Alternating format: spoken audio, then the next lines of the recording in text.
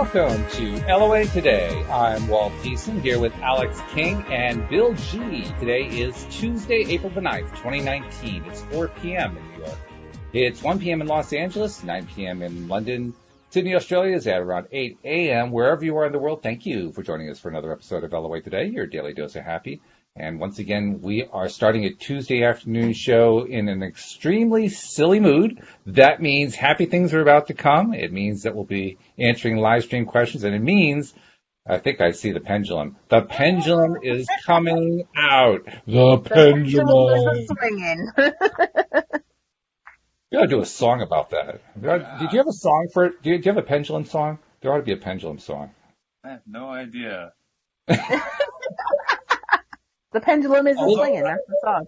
Although I have to say that I really enjoyed listening to your podcast with Linda Armstrong on Friday, all about pendulums.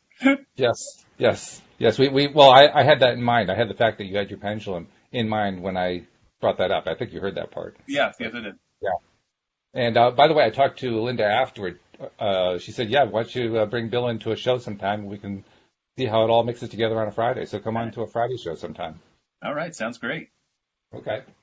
So let's see now. Are we still analyzing Alyx, and is Alyx actually willing to put up with that? I mean, that's probably the first question. You're still willing to do that? Okay. All right. So Alyx the guinea pig has said, yes, let's keep going. Just keep eating the pellets, and I'm happy. No problem. They gave me a wheel. I like it. Yeah. It doesn't go anywhere, but boy, does it feel good. It doesn't go anywhere, but that's all right. I just have to feel like I'm getting exercise. That's right. Exactly. Oh, my goodness. Okay, so let's see. Where did we leave it last time, Bill? I mean, we've made a fair amount of progress. We have. I should say you or the pendulum has made a fair amount of progress in helping Spirit tell us what the heck's going on with Alyx. But where are we right now? Well, again, the pendulum is just a tool. The pendulum is just a means of communication with high self and our high self committees and all that stuff, and making sure that we're researching what is needing to be cleared and all that. And where we left off is we've been researching Alyx's issues of anxiety, relationships, agoraphobia. Basically, there's a lot of things going on in Alyx's life that we've been doing some research on, and we seem to be the recurring theme that we've come up with is this extraordinarily creative soul that is trapped inside Alyx's body that needs to come out. Which doesn't surprise anyone, because she's a very good devil. We knew that before we even started this. I mean, the pendulum knows that. But the expression, the where we're stuck at is the expression of that creativity. We have that. It's really great that we have technology that allows us to see Alyx and be with Alyx without Alyx actually going out anywhere. Yep. And hey, even 10 years ago, you would have been in a much more isolated place. This is true. Yes. Or a much more lonely place. So, yes. I mean, it's really great that technology, and this is actually part of the overall global emergence that's going on, is the introduction of technology that allows us to connect in real time. Not just over the telephone, whatever. I mean, I do clearings for people over the telephone, but I also do use Skype, and I use Zoom, and I use technology, so that way it has the same effect as if you were sitting on the couch next to me, the same kind of thing. So so technology is a wonderful thing that allows us to do the work. So where I usually go with a client after we've done a few clearings, like we've done with Alyx, is then we go on to try and discern the entire life pattern, and we do that by doing what we call an inner child research or an inner child progression. Now, the inner child is that inner part of your soul that is traveling along this journey and has made all of the contracts and all the deals for the experiences that you're going to experience throughout your entire lifetime. Mhm. Okay, so we discovered last time that you didn't always have the anxiety. You didn't always have agoraphobia or anything like that. It kind of developed when you were in your late 20s. Yep. And it seemingly came out of nowhere. Mhm. Now, Greg Brandon recently came out with a YouTube video where he discusses how often diseases or illnesses that come out of nowhere are due to childhood traumas that we experienced when we were very young, and because we were children, we suppressed them because we didn't have the emotional capacity to deal with whatever trauma that we were experiencing. So we just kind of kept that in our memory banks, and then it expresses itself in disease or illness when you reach a certain age.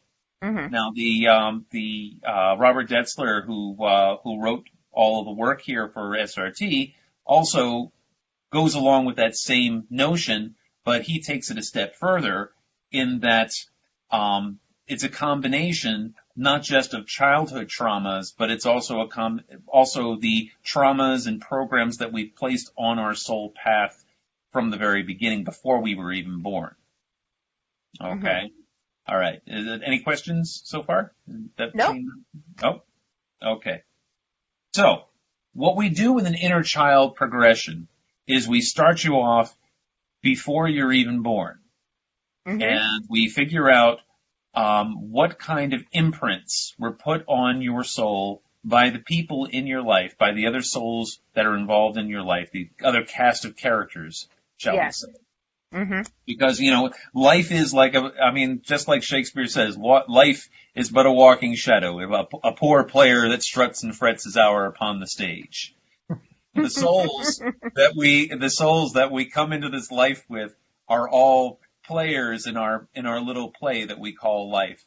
And they're here to teach us things. They're here to be our foils. They're here to be our companions. They're here to teach us things. Right. Shakespeare was just here to mess with our mind, but apparently there's more to it than that, so that's good.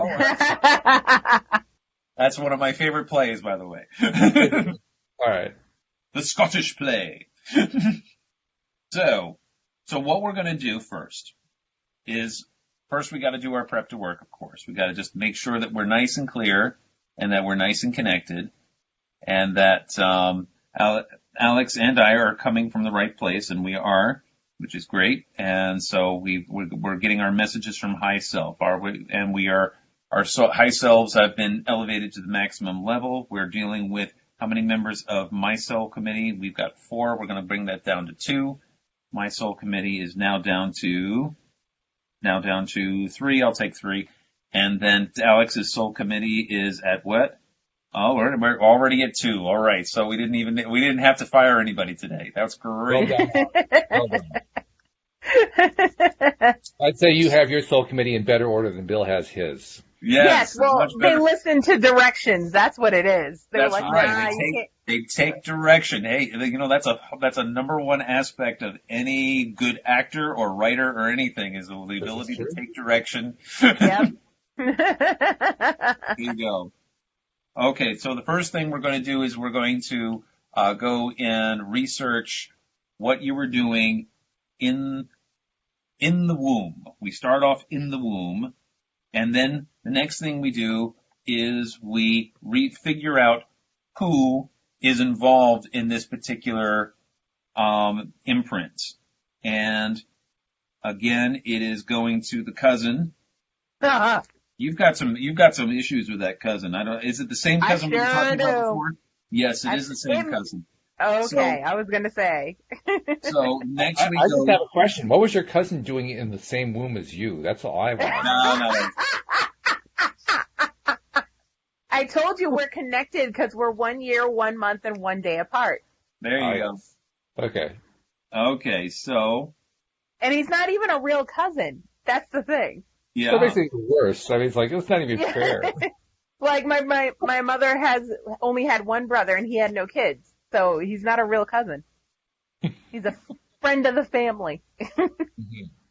So while you were in the womb, the soul of this particular cousin put a imprint of self-limitation on you, of self-limitation, okay, that you would be limiting yourself. And this is something that,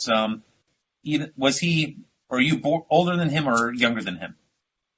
I'm younger. You're younger than him. So even when he was a little bitty baby, his soul was putting a imprint of limitation on you, that you would be limiting yourself.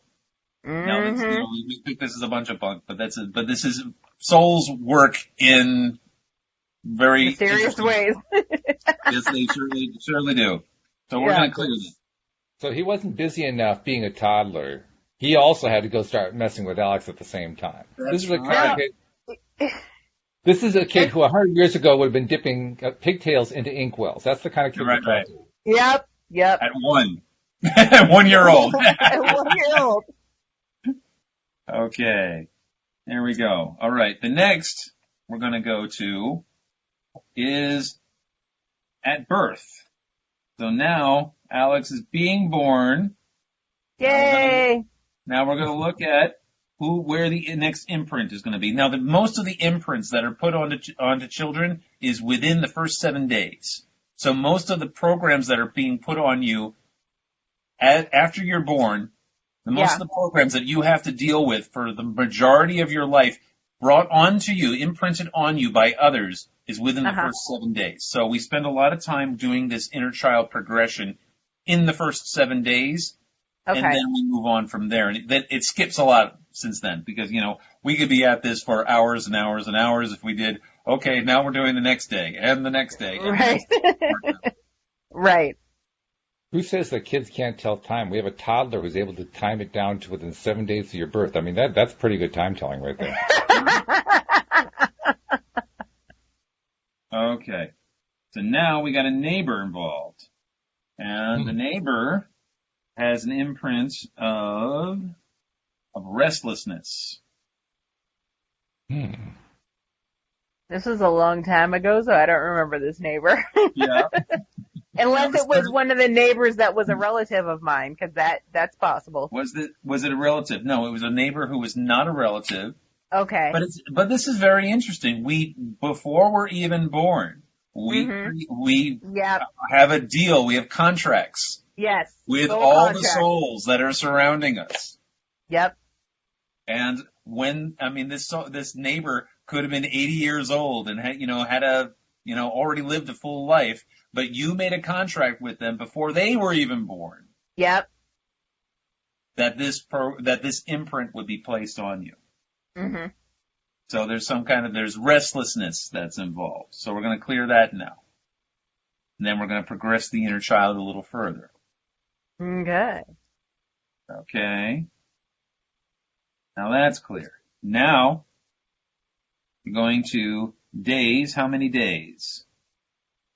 On day 4. On day 4, someone else put an imprint on you. Mm-hmm. And that was a minister, priest, rabbi, or other person of faith. A clergy person. So, minister, I guess.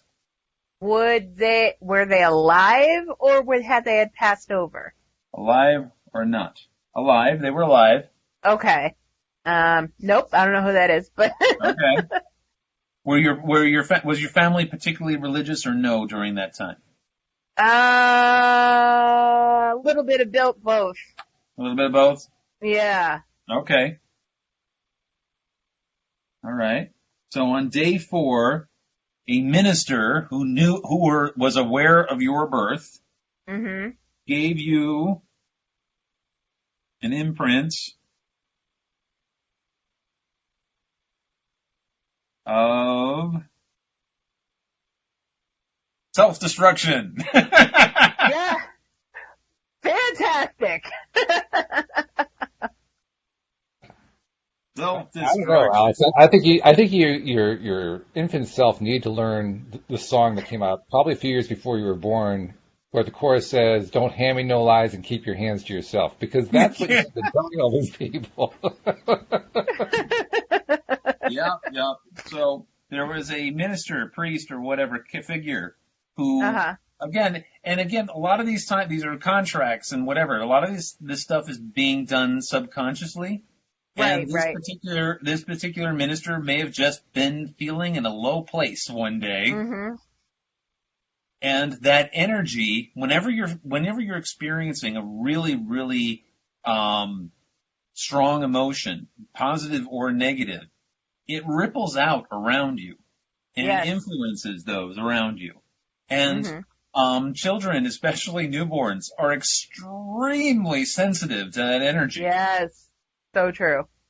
And, a lot of people, see the infant, they're doing their thing and whatever, and a lot of people view infants as kind of like, really smart animals. Yep.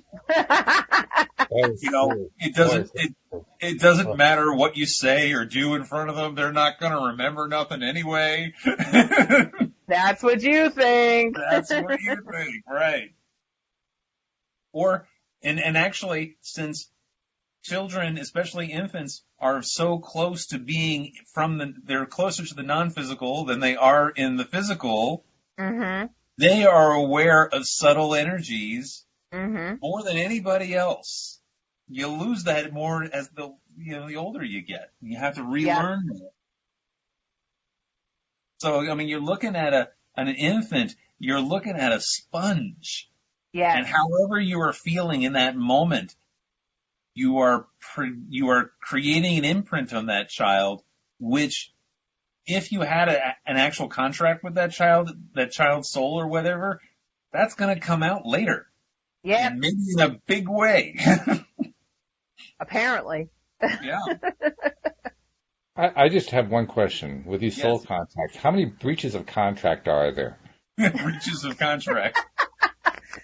Well, the thing is, that's kind of funny, because the contract is usually something negative, of experiential. So there's no breach there. Yeah. The breach. I don't know. Personally, I think that if a contract is really not something that you wanted, then it should be considered a breach. But apparently the spirit realm disagrees with that, so I don't know. Yeah. Well, and actually, this is what you wanted. You can get rid of the contract. You I have trouble believing I was that demented when I was in the spirit realm. Well, and it's weird about that. We think that, why are we so, if I'm going to be a non-physical being and I'm going to choose a physical life, I'm going to choose to be rich, and I'm going to be sipping Mai Tais on the beach, and that's going to be my whole life. But you don't learn anything in those lifetimes. Exactly. You only learn through contrast. You only learn through struggle. And so, are we demented as non-physical beings going into the physical realm, making our lives miserable? Yeah, I guess. But you're here to learn. You're not here to sip Mai Tais on the beach. See, I buy into the Richard Bach theory. Yeah. Of why we're here. Yes, we're here to learn, but there's also another primary reason, and that's to have fun. That's to enjoy it. Yes, absolutely. Yes. Having fun is very important. Yes. I agree with that completely. And so that's another reason why we try and clear some of this stuff. So that way you can learn to relax and enjoy life, because there's a lot to enjoy here. It's not just all about struggle. Am I the only one who's seeing this, though? I mean, as I understand it, when we're in the spirit realm, in our higher selves or in our higher vibration selves, making these choices, we're making these choices, and once we get here, we say, I really wish I didn't make that choice. I want to reverse that. So we're basically saying when we're in our physical bodies, we're really smarter to reverse what we came up with when we were in our spiritual, non-physical, non-bodies, or whatever you want to call it. In other words, we're overruling ourselves. But that's after you've experienced it. You have to experience it to know that that's not what you prefer. Right. Boy, You're not going to. And the fact that when we're born, our memories are erased. Yeah. I mean, our active memories are erased of all the previous lifetimes we've had and all the mistakes that we've made. I mean, we'll remember little glimpses, like images of a dream. Pulled on us, This Yeah. is just this is like a cosmic prank, is what it is. Yes, you're going to go into this life. You're not going to remember anything. You're going to have all of these contracts attached to you that you really don't want once you get there, and then you're going to clear them. Or you're just going to learn from them, or you're just going to experience them. Yeah. And I had a client about a year ago who was, just not to turn this conversation too serious, but she had a son who was serving a prison sentence for drug dealing. And he was also an opiate addict. And so what she wanted to know was the lesson that she was a bad mother. And so we researched it, and we came to the conclusion that it had nothing to do with you. This was his karma. This was his path. He chose this path. He wanted to experience this path. And any kind of guilt that you were feeling for what he decided to do with his life is not your guilt. Right. Because this was something he chose for himself. So some people come into this lifetime to be murderers. Some people come to this lifetime to do really bad things to themselves and other people because, again, their souls want to experience that kind of contrast. Now, if you don't want to spend the rest of your life in prison, if you want to live a better life, then you better darn well figure out what those lessons are, what those experiences are that you came into the lifetime to have, clear them, learn from them, clear them, and that way you can live a higher destiny, a more positive destiny, rather than having to experience the old thing. Now doesn't mean that life's going to stop happening. Because life is going to keep happening, because there are some things that will show up on the charts after the fact.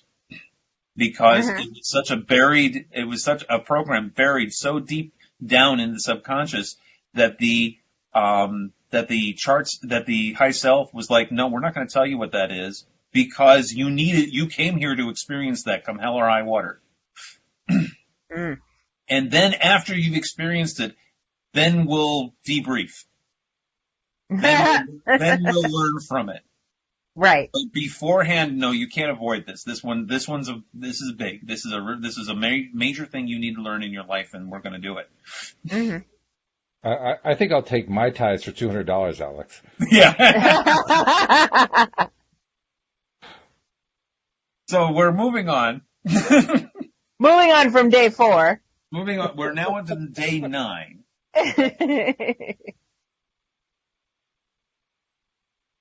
Now is that fear or abandonment? Yeah. We've got, at day 9, we have something from your father. Oh boy. Abandonment. Yeah, facts. So, now you mentioned, I think I heard you in an earlier podcast mention that your father was a bus driver. Yep. Yeah. So, I imagine that during your childhood you didn't see a whole lot of him. Well, no, yeah, because he would take me on his trips with him. That's when he was really on a bus trip. Oh. Okay. Yeah. Okay. Yeah, I've got a lot of mileage. So. No wonder you want to stay home. I don't blame you. Yeah, I'm just spent from my childhood. Oh, whoa. On the road again. Yep, facts. So now we're into the 3rd week.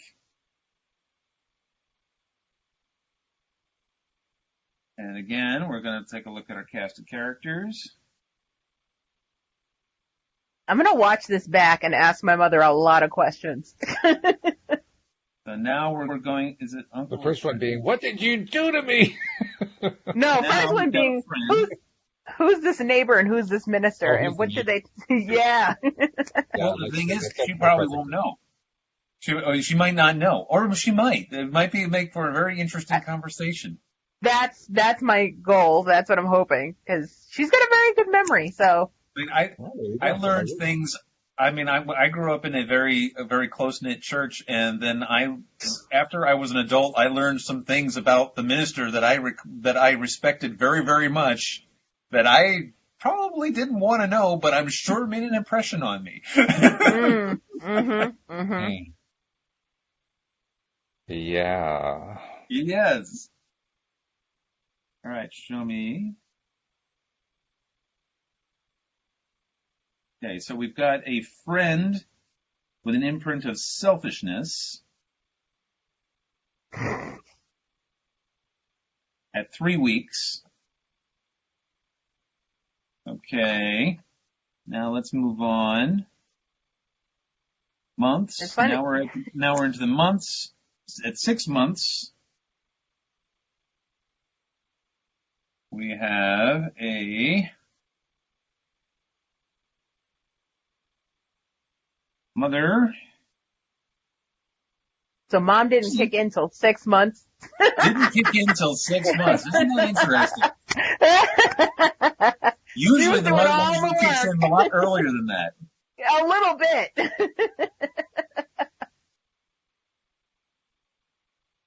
And I just want to give a brief note to Siraj. I got your message for Bill, but Bill obviously is in the middle of doing his pendulum thing, so I'll bring it up after he's got a break where he can address it more directly.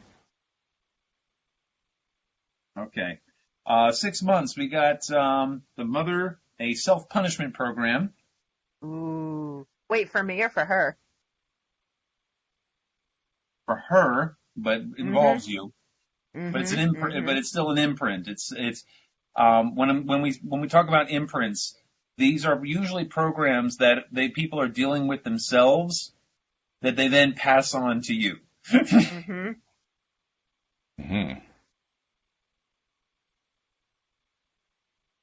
That's the crazy thing about being a parent, because as a parent, you're constantly passing messages on to your children, even when you're not intending to. That's kind of a tough thing.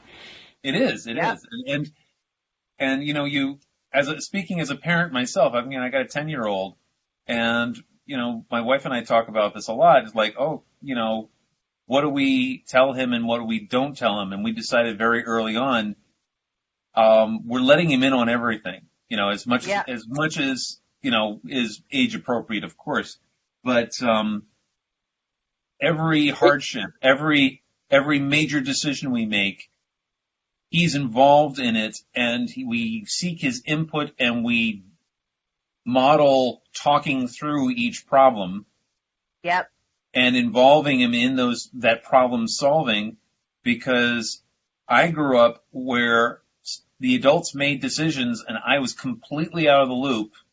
Yep. And so things just happened to me, and some of them were good, some of them were bad, but I was always appreciative when people actually sat down and talked to me like a human being rather than as a mindless, you know, kid running around the place.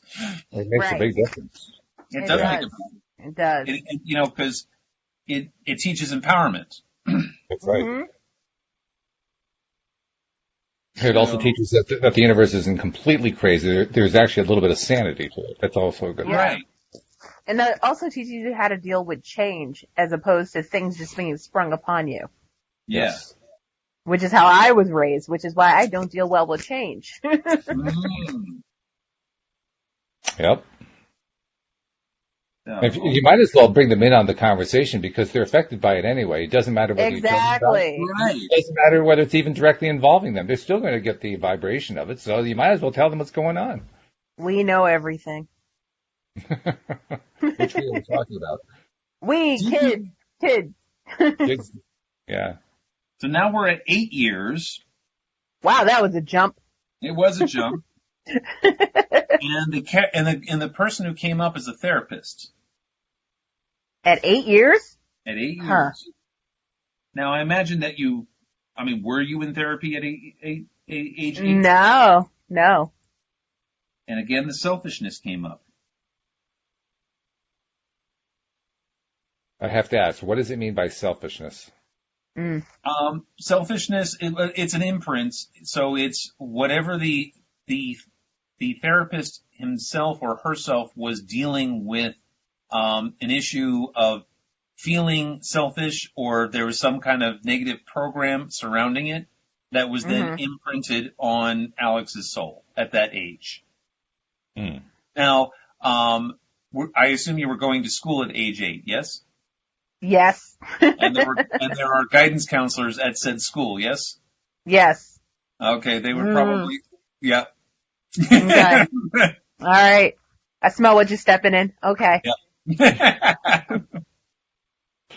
And at 8, I spent quite a bit of time in therapy when I was in elementary school. Boy. From speech impediments to dealing with the fact that I was an identical twin. Well,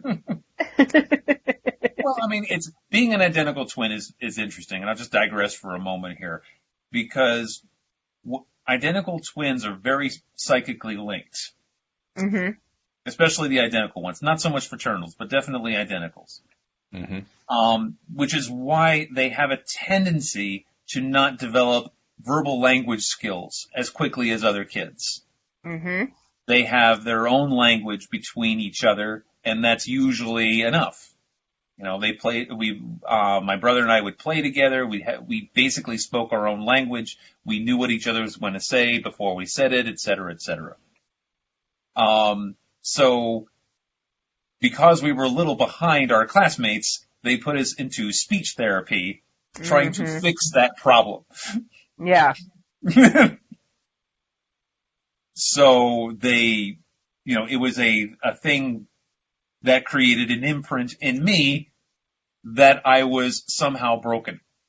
That I was always needing a special assistance, that I wasn't as worthy as my other classmates. And that took me years to get over.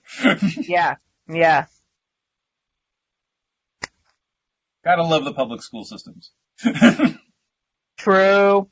Yep. Anyway, moving on. So we're still in the years. Now, are we getting to the 10s yet? We are. So show me. So at age 12. Okay.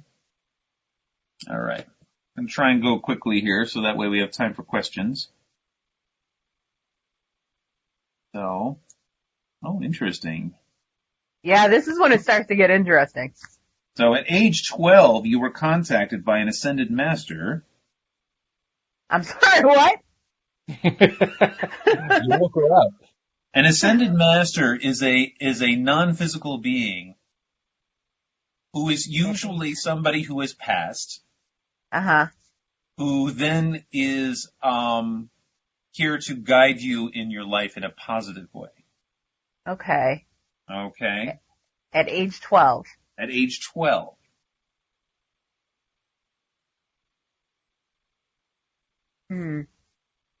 So, is it a positive or negative? Oh dear. It's positive. Sorry, Okay. I'm on the negative chart, so I was going to the negative chart. I was like, that does not feel right, so I'm going to go to the positive chart.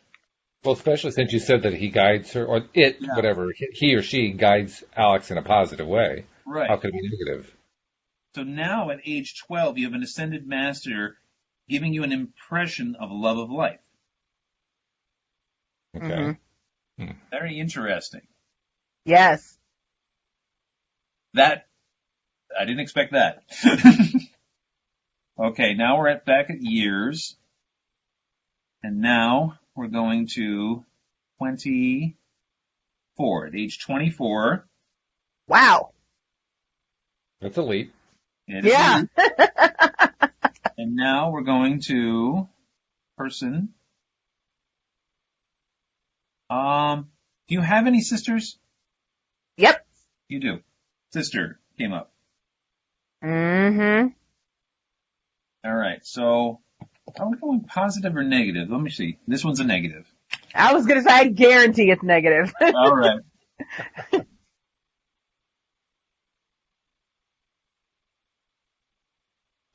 Health abuse is coming up. Health abuse. Is that an oxymoron? Yeah. That is good. I certainly hope not. Now we're at age 31.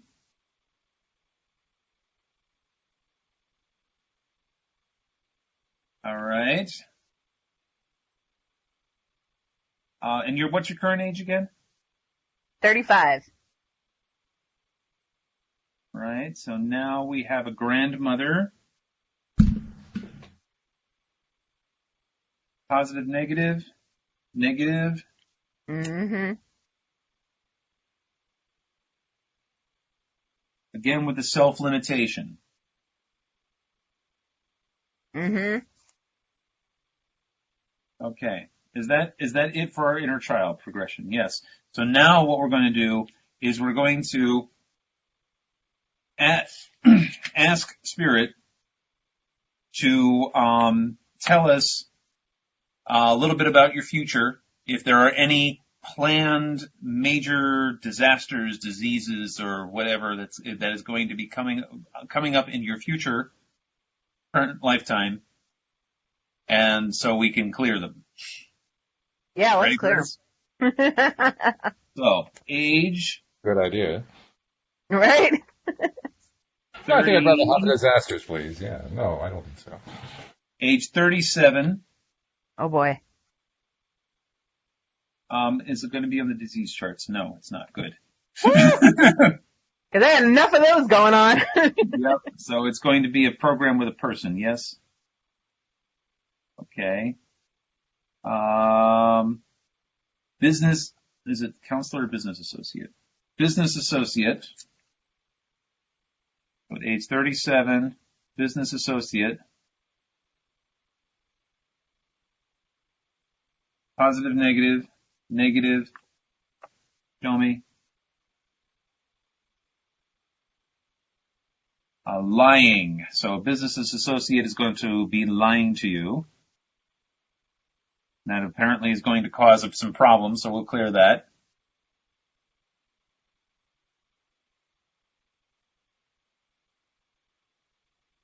And again, these are not necessarily things that are going to stop life from happening.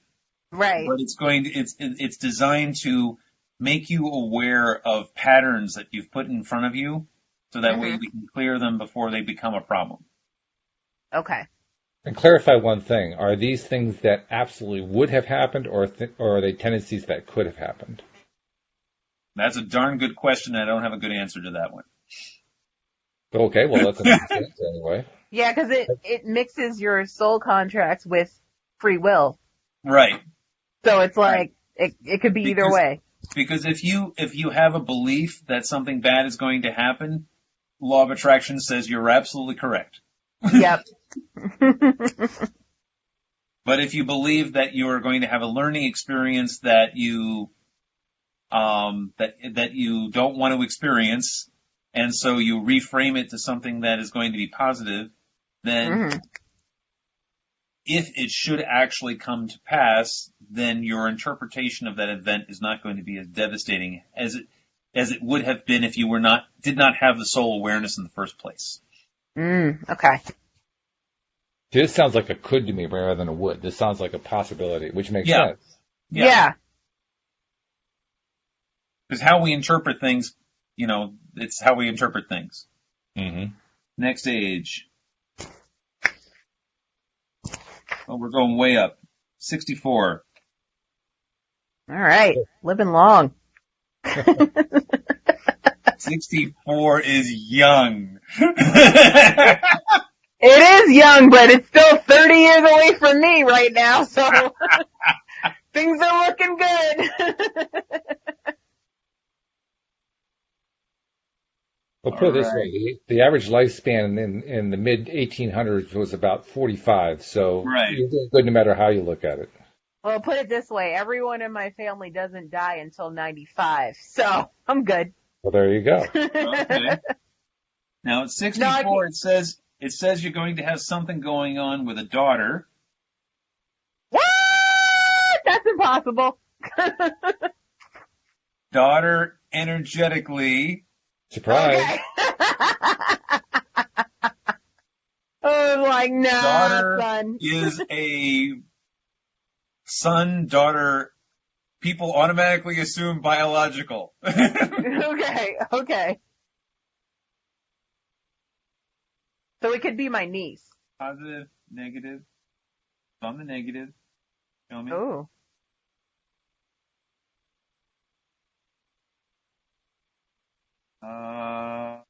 Going to be some resentment with daughter at age 64. And now I have a Beatles tune It running through could my be head. worse. I'll take resentment over murder. Right? Because that's on this chart. I got Paul McCartney running through my head saying, "Will you still need me? Will you still feed me when I'm 64?" We can license that. No, you don't want to license that. That was a terrible rendition. Yeah. All right. Is this the last one? This is the last one. Show me. 85. At 85. Woo! Woohoo! At 85, we're looking at something going on with Drum roll, please.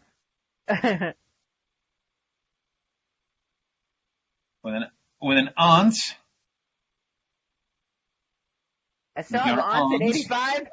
At 85, they don't have to be around, Okay, that was my next question.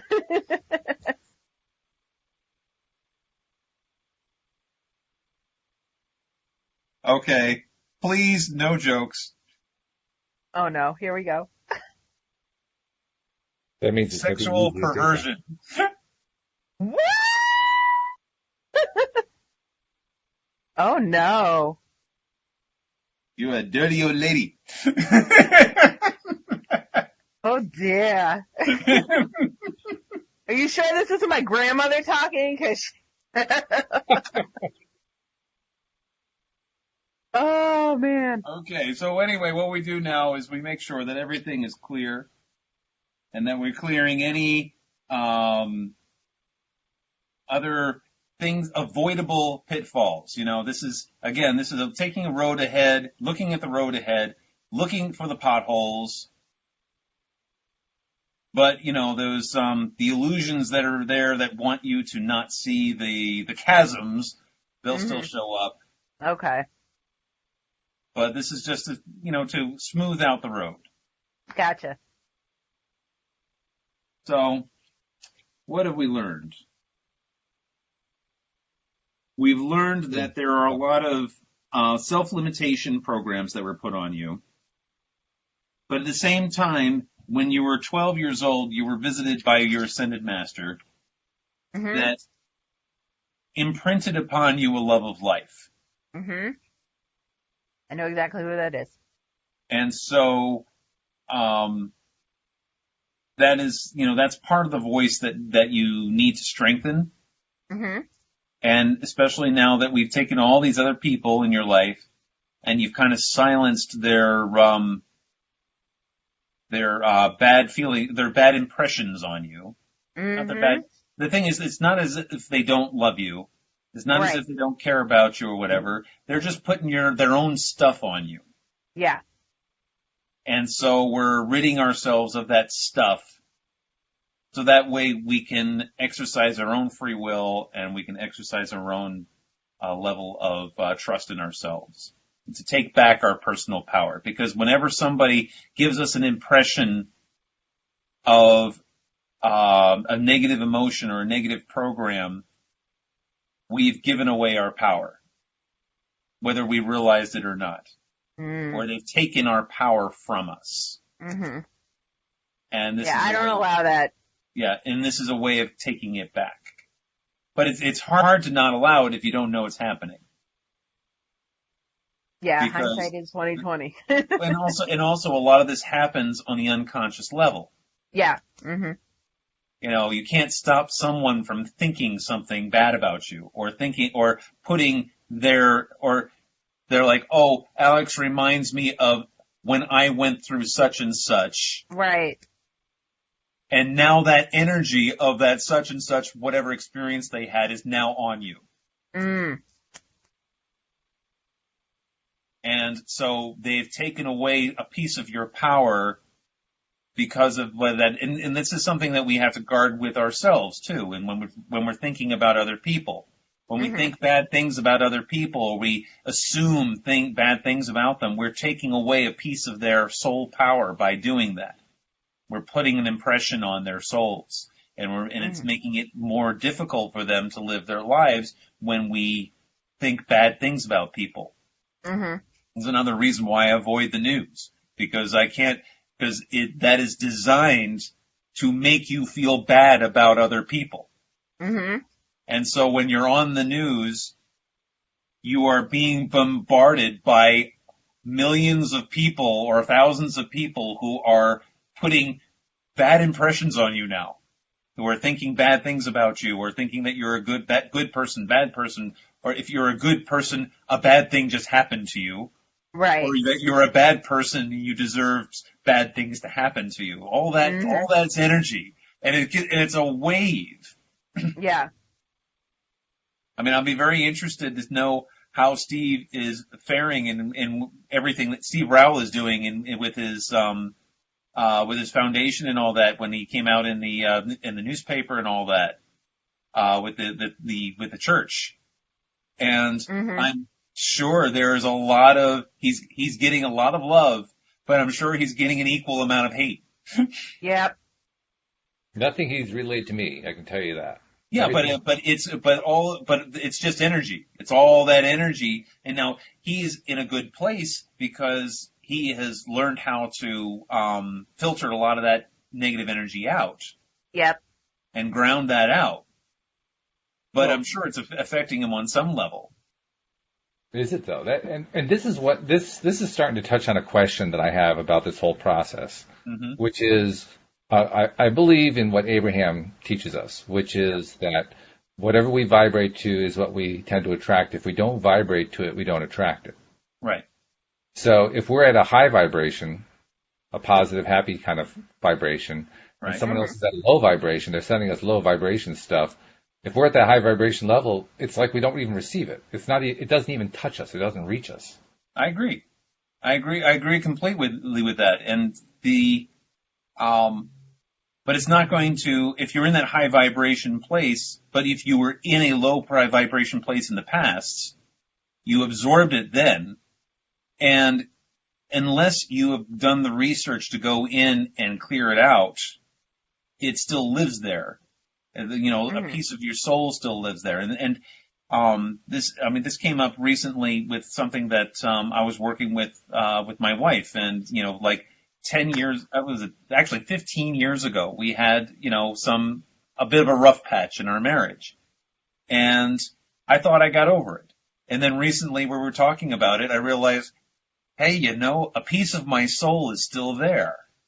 I need to go and get that piece of my soul back because, that hurt me, that incident hurt me so badly. A piece of my soul is still there. And so we explored it. It's like, well, was that piece of your soul, was that bad feeling connected to the actual incident, or was it a series of incidents that happened in your life that led up to that point? And it turned out to be a series of incidents that led up to that. It was not just that incident. It was a whole bunch of different things that of similar things, similar incidents that happened in my life, other impressions that were put into my life that made that so solid that I didn't want it, I left it behind. And so we did, in shamanic work, we call that soul retrieval. So you go back and get that piece of your soul and bring it back into you. So you're basically talking about those times when we're not feeling so good and then stuff gets in. Yeah. Yep. Yeah. You're not talking about, none of this has anything to do with or is even necessary for somebody, for those times when they're feling good. Right. Place. Okay. And we know that and we know that Steve went through that in his lifetime because he said, when he was looking at the pictures, I love the story that he told about when he saw the picture of himself as the 10-year-old and he saw himself as the 16-year-old and such a dark place that 16-year-old was in compared to the 10-year-old. And actually, yeah, I mean, there was a pretty difference. You can see the pictures too. They were very, very different. Yeah. So you can actually see it, in the picture. Yeah. And so, that his soul was in a very dark place at that time from all the damage that was done to it. Mm-hmm.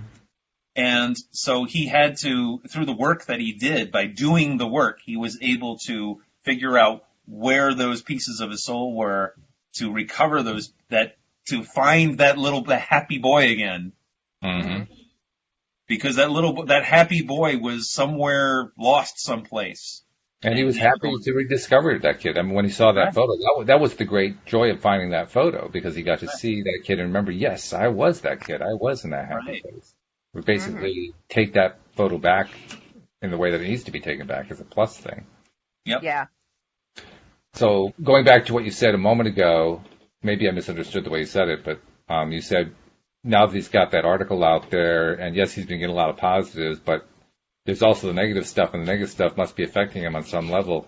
I think that probably is only going to be true if there are times where he kind of slips back into what it felt like when he was a kid. If he doesn't slip back, then it really can't affect him on that. That's true. But, we have moods, and we can't be in a ultimate high vibration place 24/7. There's going to be moments when someone's going to say something to him that is going to remind him of those times when he was in that low vibration place. And that's going to bring his vibration down. So Abraham would say that at those points where you have a down moment, right, as we're calling it, if you want to change the experience, then you just raise yourself up to a higher vibration again. Right. Mm-hmm. Right. And then you have to go back and clear it. Do you? I think that. Well, I mean, that's my point. That's the thing that I think Abraham was saying. You really don't have to. Just the act of raising yourself to the higher vibration does what you're calling the clearing. Right. And that's what I mean by the clearing. Oh, okay. That is the clearing. The real question is it sticking around? If it's sticking around, then this kind of clearing that you're doing makes sense. But if you're getting into the high vibration place, you just skip this part. It's not going to be important. Agreed. And but the majority of my clients are definitely not in that place. That's why after we do the work of the inner child progression, and next week I want to hit on the brain cell restructuring, which is again, which is a different protocol that actually changes the way that your brain is wired to receive negative impressions, that negative energy. It rewires it so that way it can help you maintain that high vibration place. Okay, I'm definitely going to need that next week because my sister's coming to visit. So I'll get you all wired up then. You'll be good to go. Yeah, let's do that. Now there was a couple of questions I wanted to. Did Suraj have a question?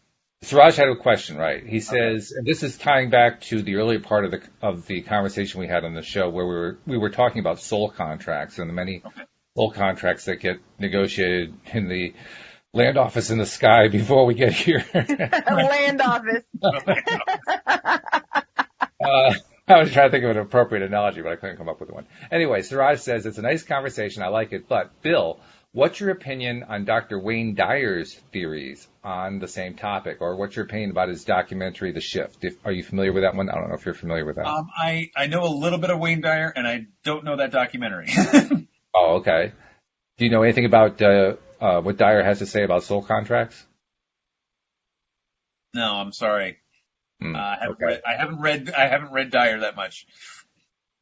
So I'm afraid we can't really directly. I have no idea what Dyer says, so I can't address it either. Do you know, Alex? Have you any familiarity with what Wayne Dyer says about soul contracts?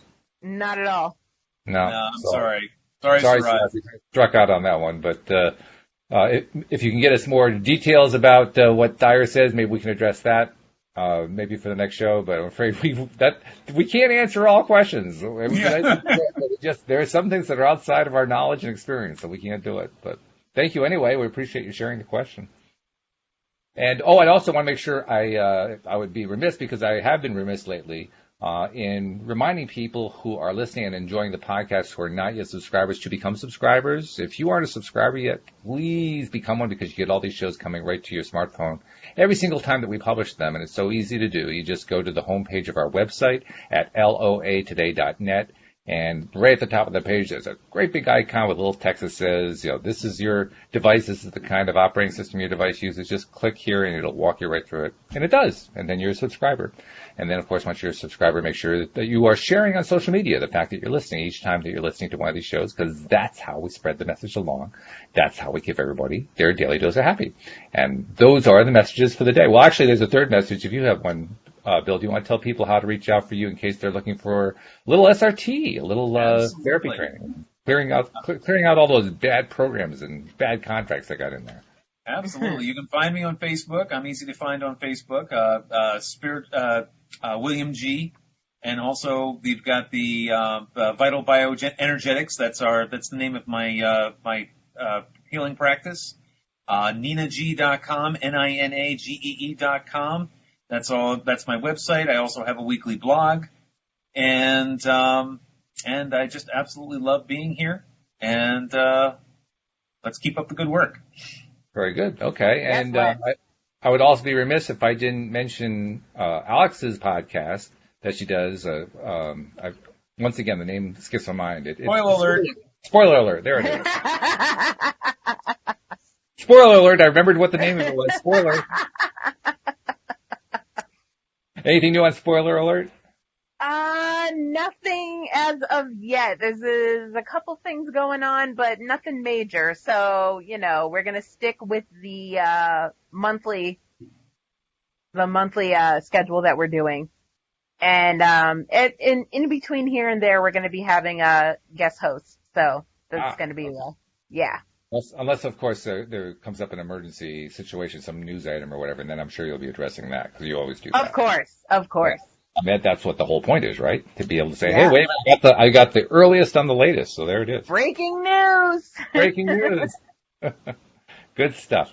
And by the way, I'll just let people know without knowing the details, because we don't have enough time to go into it, but Alyx and I have made a lot of progress on the what we're now calling the audio play that we're creating, the Grass is Greener, the fiction podcast about poor old Nance, who's trying desperately to get into healthy relationships, and who's going to get a little help from an LOA teacher to help her figure out how to get there. But the first episode is almost completely done. It's actually done. We just have to kind of do our finishing touches to it. And I've already shared it with Dark Dry Drew, who used to do the Thursday afternoon shows with me, who also has a background with filmmaking. And he gave us his thumbs up. He thinks the script, in his words, is solid. He thinks it's good. So, first good review that we got, and that's worth celebrating. Yay! Yay! More to come, I'm sure. Well, Bill, thank you very much for doing all the spinning of the pendulum there. We appreciate that so much. And right. Also for being our guinea pig and not choking on the pellets. It's a really good thing. Thank you to our live stream audience. Thank you to our podcast listeners as well. And we'll see you all next time here on LOA Today. Goodbye, everybody.